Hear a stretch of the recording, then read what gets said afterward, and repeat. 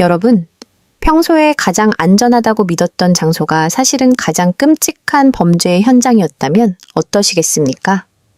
몸이 아파서 찾아간 병원, 그리고 우리를 치유해 줄 것이라 믿었던 의사가 사실은 하얀 가운을 입은 괴물이었다면요.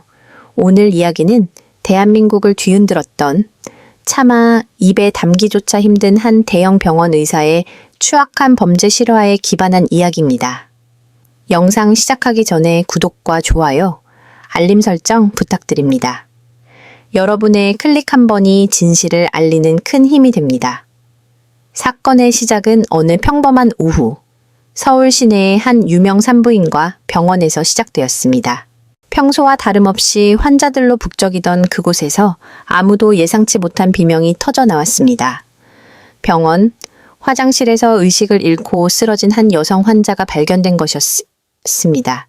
단순히 몸이 좋지 않아 쓰러진 줄 알았지만 그녀의 상태는 심상치 않았습니다.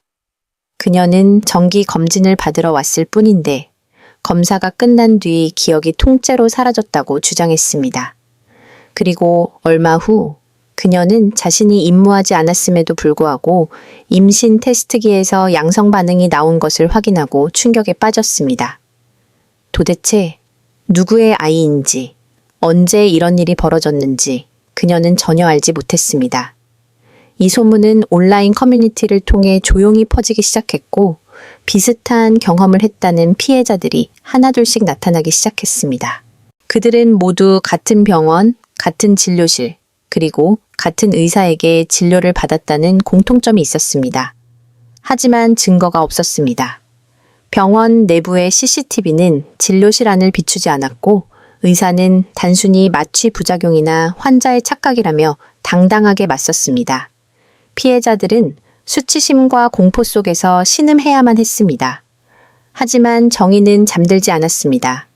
이 의심스러운 정황을 포착한 강력반의 베테랑 여영사 강수진 경위가 이 사건에 뛰어들기로 결심했습니다. 그녀는 피해자들의 눈물을 보며 이 범죄를 반드시 뿌리 뽑아야겠다고 다짐했습니다. 법이 처벌하지 못한다면 내가 직접 증거를 잡겠다. 강 경위는 상부에 보고하지 않은 채 위험한 잠입 수사를 계획하기 시작합니다. 그녀는 일반 환자로 위장하여 문제의 병원을 찾기로 했습니다. 하얀 가운 뒤에 숨겨진 악마의 얼굴을 직접 마주하기 위해서였죠. 예약 당일 강 경위는 가슴에 미세 카메라를 숨기고 긴장된 마음으로 병원 문을 열었습니다. 병원의 복도는 지나치게 깔끔했고 클래식 음악이 흘러나와 평온해 보이기까지만 했습니다. 하지만 그 평온함은 곧 다가올 폭풍전야와 같았습니다. 간호사의 안내를 받아 들어간 진료실에는 인자한 미소를 지은 40대의 남성 의사가 앉아 있었습니다. 그는 환자들 사이에서 친절한 명의로 소문난 인물이었습니다. 그가 건네는 비타민 음료, 그리고 검사를 위해 놓아주겠다는 정체불명의 주사기. 강경희는 직감했습니다. 이것이 바로 수많은 여성을 지옥으로 밀어넣었던 그 도구라는 것을요. 의사는 강경희에게 부드러운 목소리로 말했습니다. 잠시만 긴장을 푸세요. 금방 끝날 겁니다. 강경희는 주사를 맞는 척하며 기회를 엿보았습니다. 그녀의 심장은 터질 듯이 뛰었지만 정신을 집중했습니다. 의사가 뒤를 돌아 약물을 준비하는 사이 강경희는 미리 준비한 특수장치를 작동시켰습니다. 이제부터 벌어지는 모든 상황은 실시간으로 외부의 동료들에게 전송될 것이었습니다. 생각것이었습니다. 의사가 다시 다가왔을 때 그의 눈빛은 아까와는 확연히 달랐습니다. 인자했던 미소는 사라지고 오직 욕망에 굶주린 포식자의 눈빛만이 남아 있었습니다. 그는 강경희가 약 기운에 취해 잠들었다고 판단하고 서서히 본색을 드러내기 시작했습니다. 이것이 바로 대한민국 의료계 역사상 가장 치욕스러운 사건으로 기록될 하얀 방의 악마 사건의 전말입니다. 과연 강경희는 이 절체절명의 위기 속에서 어떻게 악마를 단죄했을까요? 그리고 이 사건 뒤에 숨겨진 더 거대한 음모는 무엇일까요? 범인인 남성 의사 박 씨는 강경희가 약물에 의해 완전히 정신을 잃었다고 확신했습니다. 그는 평소처럼 아주 능숙하고 대담하게 움직이기 시작했습니다. 진료실의 문을 안에서 굳게 걸어 잠그고 외부와의 연결을 차단하는 커튼을 쳤습니다. 강경희는 실눈을 뜨고 그 모든 과정을 지켜보고 있었습니다. 그녀의 가슴 속에서는 분노가 들끓어졌지만 완벽한 증거를 잡기 위해 몸을 떨지 않으려 필사적으로 노력했습니다. 박 씨는 책상 위에 놓인 작은 약병을 만지작거리며 비열한 미소를 지었습니다. 그는 그동안 수많은 환자에게 영양제 혹은 가벼운 수면 유도제라고 속이며 강력한 전신 마취제를 투여해 왔던 것입니다. 박 씨는 쓰러져 있는 강경희의 곁으로 다가와 그녀의 얼굴을 빤히 들여다보았습니다. 오늘 환자는 유독 예쁘네. 그 입에서 나온 역겨운 혼잣말은 강경희의 귀에 똑똑히 박혔습니다.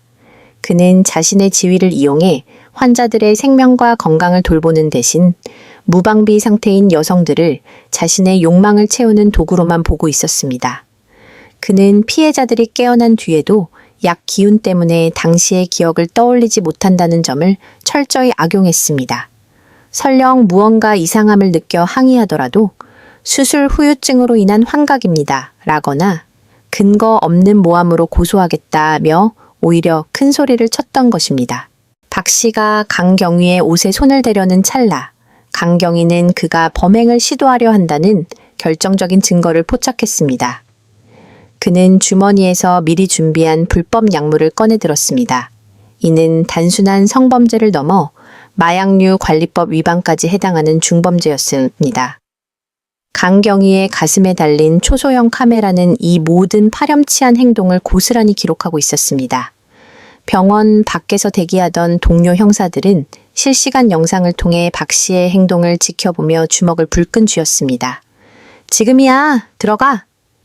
반장님의 명령이 떨어지기 직전 강경희가 먼저 움직였습니다.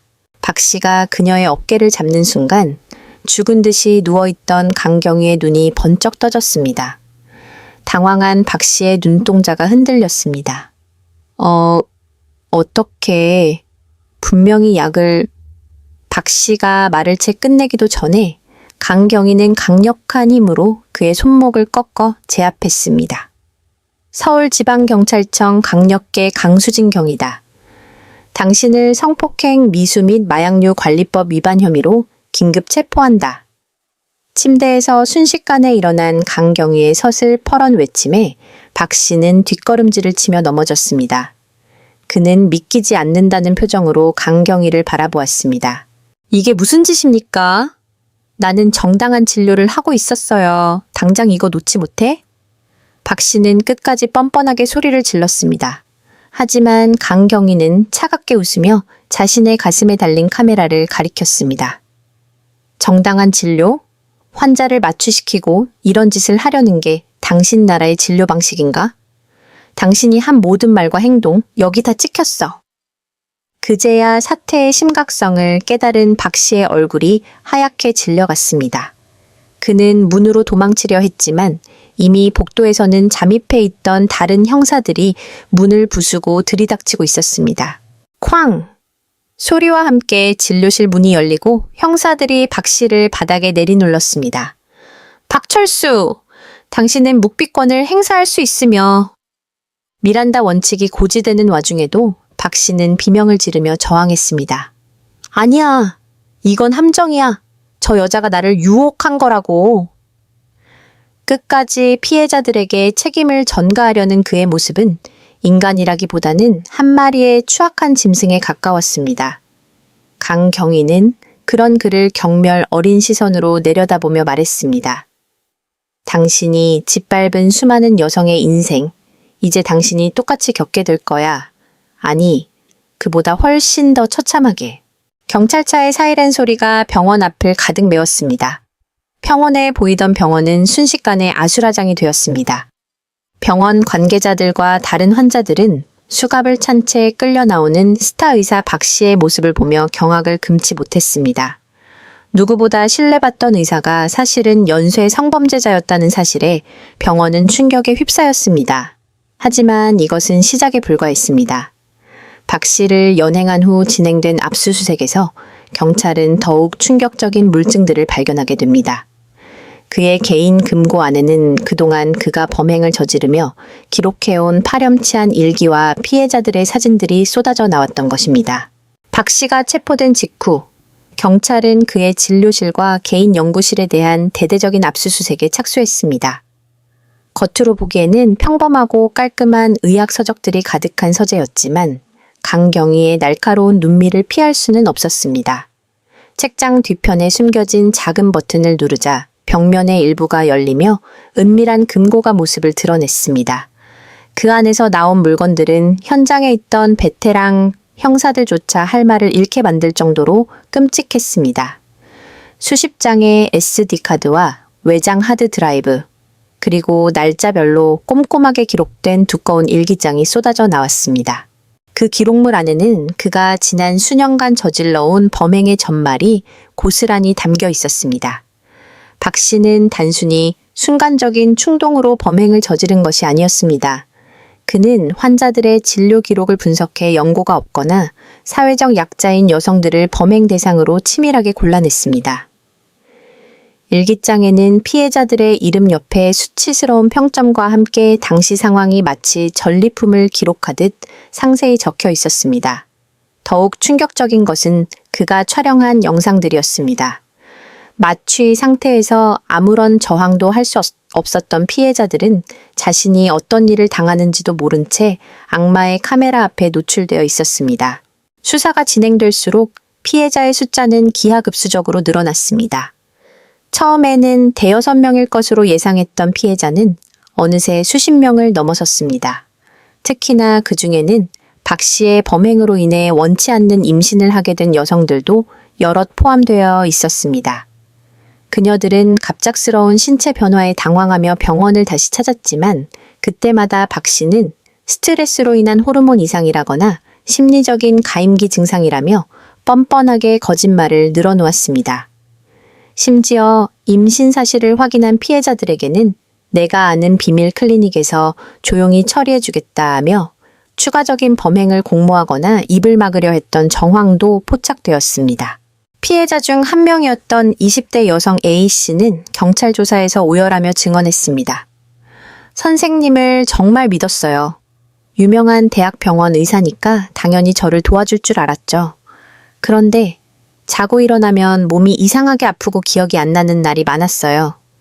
제가 이상하다고 물어볼 때마다 그는 오히려 저를 정신 이상자 취급하며 가스라이팅을 했습니다. A씨의 증언은 다른 피해자들의 진술과 소름 돋을 정도로 일치했습니다.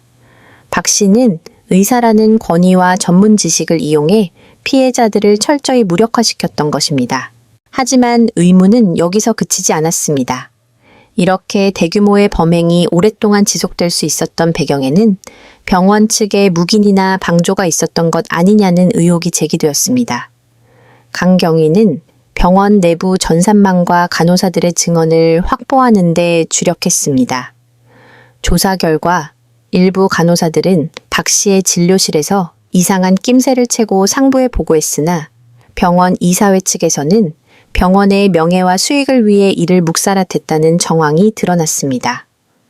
박 씨는 병원에 막대한 수익을 가져다주는 스타 의사였기에 병원은 피해자들의 고통보다 돈과 명성을 택했던 것입니다. 강경희는 분노했습니다. 이것은 한 개인의 일탈을 넘어선 의료계의 구조적인 범죄였습니다. 사람을 살리는 곳에서 사람의 영혼을 죽이고 있었다니. 강경희는 병원 원장을 비롯한 고위 관계자들까지 수사 범위를 확대했습니다. 박 씨는 유치장 안에서도 여전히 변호인을 통해 모든 것은 합의된 것이었으며 일부 영상은 의학적 연구 목적이었다는 궤변을 늘어놓으며 법망을 빠져나갈 궁리를 하고 있었습니다. 하지만 이미 확보된 수만 장의 사진과 영상, 그리고 피해자들의 피 맺힌 증언 앞에서는 그 어떤 변명도 통하지 않을 것 같았습니다. 전 국민은 분노로 들끓었습니다. 청와대 국민청원 게시판에는 박 씨의 의료 면허를 영구 박탈하고 신상을 공개하라는 글이 수십만 건의 동의를 얻었습니다.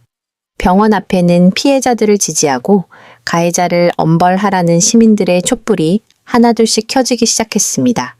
하지만 악마는 쉽게 무너지지 않았습니다. 박 씨는 거대 로펌의 변호사들을 선임해 본격적인 법적 공방을 준비하고 있었습니다. 이제 싸움은 진료실에서 법정으로 옮겨가고 있었습니다. 드디어 전 국민의 이목이 쏠린 가운데 박 씨에 대한 첫 공판이 열렸습니다. 법정 앞은 이른 아침부터 취재진과 분노한 시민들로 인산인해를 이뤘습니다. 포승줄에 묶인 채 호송차에서 내리는 박 씨는 예전에 깔끔했던 모습은 온데간데 없었지만 눈빛만은 여전히 오만했습니다.